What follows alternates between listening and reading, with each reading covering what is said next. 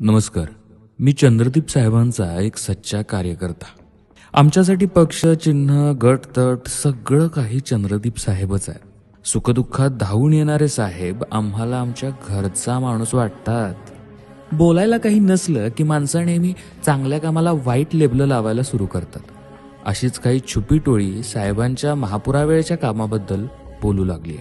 पण एक लक्षात राहू द्या, तुमचं कोंबडं सोडून द्या किंवा झाकून ठेवा, आमचा सूर्य उगवायचा राहणार नाही.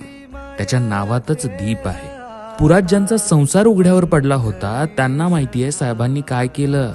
चारी बाजूंनी पाण्याने वेढा घातला होता. बघेल तिकडे फक्त पाणी आणि पाणीच आणि वरून कोसळणारा पाऊस.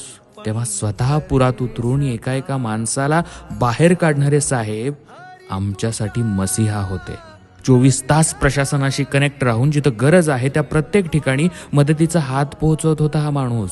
प्रशासकीय यंत्रणेसोबत स्वतः राबत होता हा माणूस. आमचे आजी आजोबा ज्यांना चालणं देखील अवघड होतं त्यांना या चंद्रदीप नावाच्या माणसानं स्वतः उचलून बाहेर आणलंय.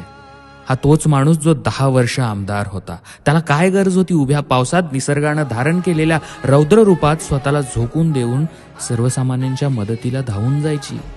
अनेक जण घरकोंबड्यासारखे उभीला बसलेले असताना हा मर्द मावळा त्याच्या जनतेसाठी खऱ्या अर्थानं मैदानात उतरून लढत होता. सर्वांना सुखरूप बाहेर काढून त्यांच्या राहण्याची जेवण्याची सोय करत होता.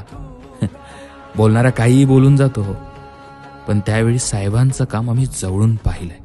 चांगल्या कामांची देखील काही थिल्लर लोक जेव्हा चेष्टा बनवून ठेवतात ना, तेव्हा वाईट वाटतं आतून. जनतेवर जबाबदारी सोपवणारे लाख पाहिले हो.